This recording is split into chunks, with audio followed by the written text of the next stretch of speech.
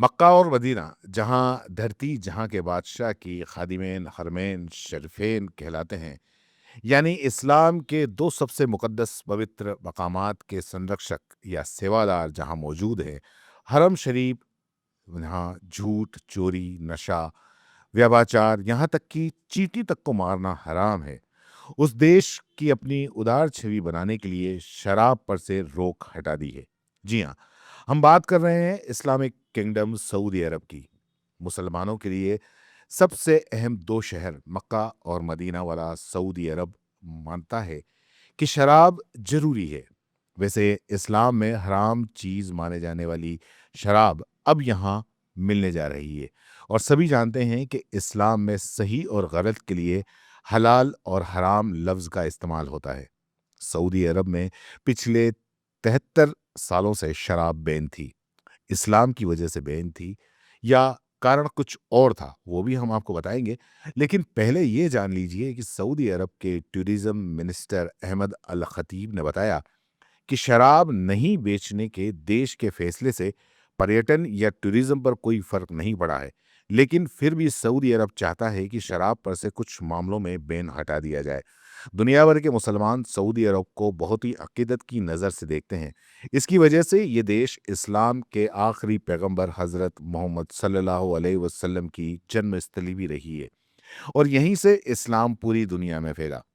Saudi के मक्का और Medina शहर कई मायनों में ख़ास हैं। दुनिया के कोने कोने से हज के लिए लाखों मुसलमान हर साल मक्का का रुख करते हैं। यहाँ तक कि 5 वक्त की नमाज भी मुसलमान इसी तरफ रुख करके अदा करते हैं।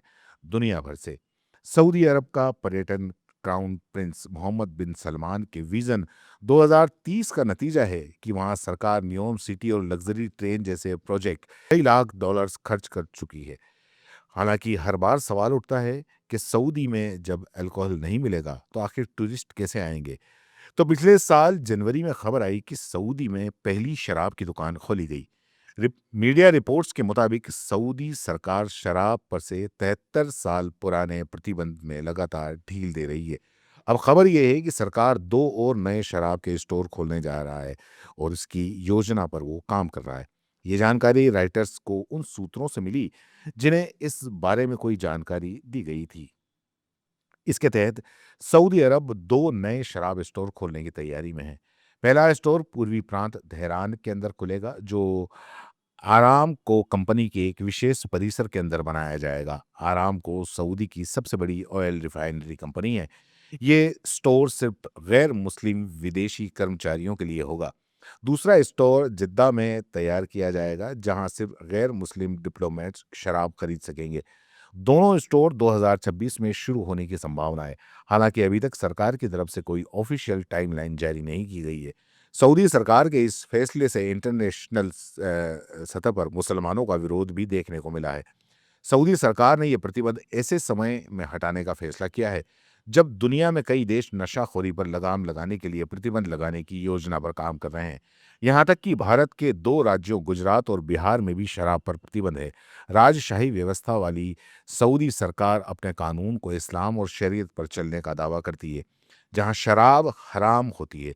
लेकिन अब सवाल उठ रहा है कि क्या सऊदी सरकार खुद को उदार दिखाने के लिए बुरे कामों और क्राइम को अनचाहे ढंग से आमंत्रित कर रही है। ऐसा भी नहीं है कि सऊदी में इस्लाम की वजह से शराब बैन है। कुछ मीडिया रिपोर्ट्स इसके पीछे 72 साल पुराने एक वाक्य को असली वजह बताते हैं। कहा जाता है कि साल 1951 में जद्दा में एक पार्टी हुई थी। इस पार्टी में कई देशों के डिप्लोमेट्स भी शामिल हुए थे। रिपोर्ट्स के मुताबिक इस पार्टी में शाही खानदान के एक मेंबर ने शराब के नशे में धुत होकर एक ब्रिटिश डिप्लोमेट को गोली मार दी थी और कत्ल कर दिया था। बताया जाता है कि किम अब्दुल अजीज के बेटे प्रिंस मिशारी बिन अब्दुल अजीज अल सऊद नशे में इतना धुत हो गए थे कि उन्होंने ब्रिटिश डिप्लोमेट सीरियल उस्मान का गोली मारकर कत्ल कर दिया। और उस वक्त प्रिंस की उम्र 19 साल थी। उन्होंने पार्टी में और शराब मांगी, लेकिन जब उन्हें इनकार किया गया तो गुस्से में उन्होंने ब्रिटिश डिप्लोमेट को गोली मार दी। इसके लिए प्रिंस को कत्ल का मुजरिम पाया गया और उन्हें पूरी जिंदगी जेल में बितानी पड़ी। इसलिए 1952 में सऊदी अरब में शराब पूरी तरह से बैन लग गया। आप शराब भी नहीं पी सकते, शराब रख भी नहीं सकते। ऐसा करने पर भारी जुर्माना, कैद बीच बाजार कोड़े मारना और गैर मुल्की यानी विदेशी अगर पकड़े जाते हैं तो उन्हें उसी वक्त मुल्क डिपोर्ट करने के मामले में सख्त कानून है। लेकिन अब यह कानून सब के सब ढहने जा रहे हैं क्योंकि कुछ मामलों में सऊदी अरब शराब के मामले में ढील देने जा रहा है और बाकायदा शराब के स्टोर खोलने जा रहा है। इस मामले में आपकी क्या राय है? नीचे कमेंट बॉक्स में ज़रूर बताएँ।